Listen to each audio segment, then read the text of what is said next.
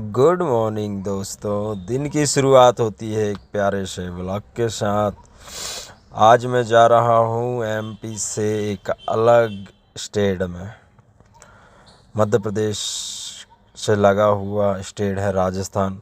राजस्थान में एक बहुत सुंदर सी जगह है, धार्मिक स्थल है सांवरिया सेठ। आपने सुना होगा उनके बारे में। मैं बहुत सारा डिटेल में बताने वाला हूँ। इंदौर से आप बाय रोड कैसे जा सकते हैं वो सारी जानकारी मैं इस ब्लॉग के माध्यम से आपको बताने वाला हूँ। बने रहिए मेरे ब्लॉग के साथ।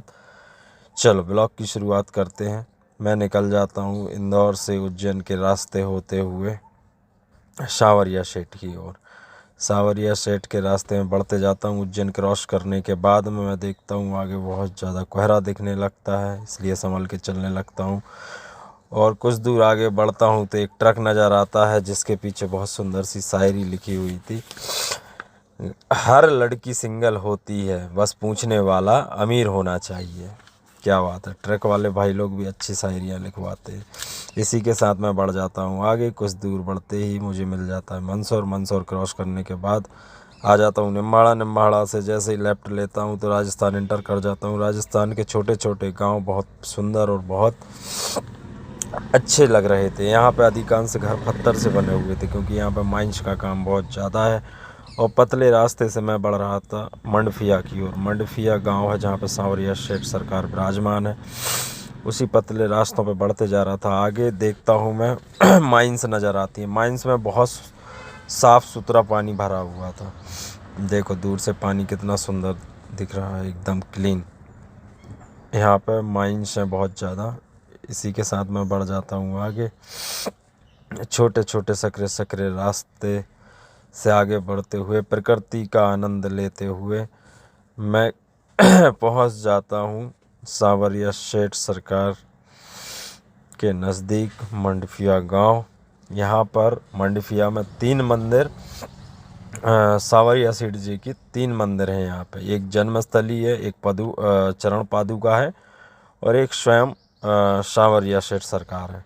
तो आपको तीनों मंदिर के दर्शन कराऊंगा, तीनों मंदिर का डिस्टेंस बताऊंगा। बने रहिए मेरे इसी प्यारे से ब्लॉग के साथ।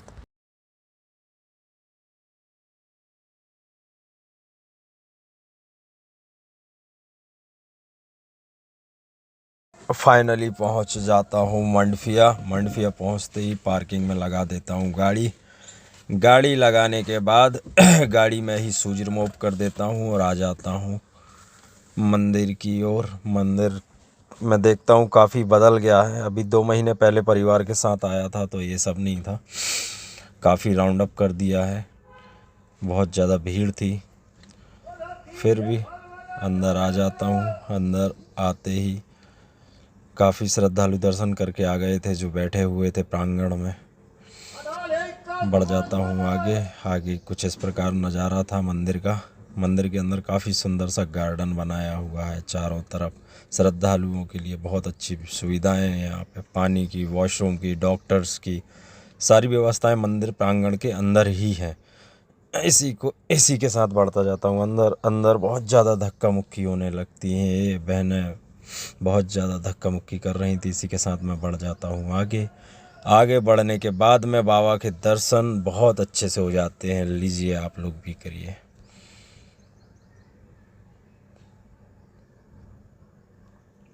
बहुत सुंदर दर्शन होते हैं यहाँ से बाबा के। बोलो सांवरिया सेठ सरकार की जय। आप सभी के ऊपर सांवरिया सेठ सरकार का आशीर्वाद बना रहे। इसी के साथ बढ़ जाते हैं हम लोग दूसरे मंदिर की ओर। दूसरे मंदिर की ओर बढ़ जाते हैं, पहुंच जाते हैं सांवरिया सेठ जन्मस्थली पर। जन्मस्थली पर पहुंचने के बाद में गाड़ी को लगा देते हैं पार्किंग में। पार्किंग में लगाने के बाद आ जाते हैं मंदिर के अंदर। मंदिर के अंदर का नज़ारा कुछ इस प्रकार है। पूरा कांच जड़ा हुआ है मंदिर के अंदर। इसको शीश महल भी बोल सकते हैं अपन।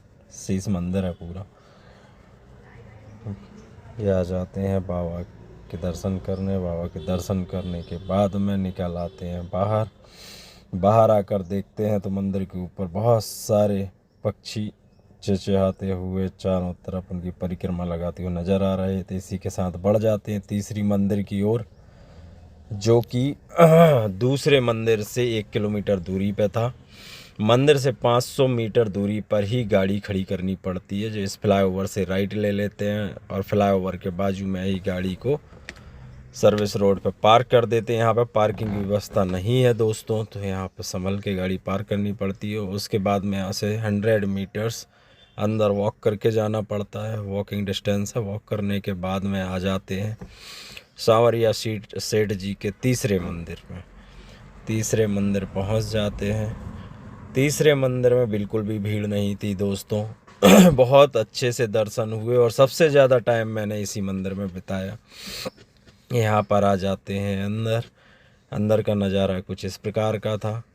बहुत छोटा प्रांगण था, बहुत अच्छी सुविधा के साथ में, बहुत शांति वाला माहौल था। यहाँ पे बाबा के दर्शन बहुत अच्छे से हो जाते हैं और दर्शन अच्छे से करने के बाद में 5 मिनट हम लोग प्रांगण में बैठ जाते हैं। बैठने के बाद में निकल जाते हैं इंदौर की ओर। तो दोस्तों, पहले मंदिर से दूसरे मंदिर की दूरी 7 किलोमीटर थी, दूसरे मंदिर से तीसरे मंदिर की दूरी 1 किलोमीटर थी। इसी के साथ इंदौर से सांवरिया सेठ की जो दूरी थी 370 किलोमीटर थी। धन्यवाद। जय श्री महाकाल।